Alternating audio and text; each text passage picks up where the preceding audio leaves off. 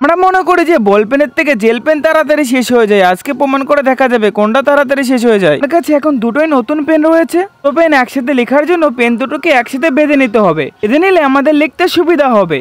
এবার লেখা শুরু করা যাক, দেখা যাক কোনটাই তাড়াতাড়ি কালি শেষ হয়ে যায়। আমরা যদি মনে করো এখানে বল পেনই জিতে যাবে তাহলে তোমরা ভুলও হতে পারো, ভিডিওটা পুরোটুকু দেখো। বল পেন লেখার জন্য একদমই ভালো না, বারবার বেঁধে যাচ্ছিল, কিন্তু এদিকে বল পেন খুব সুন্দরই চলছিল।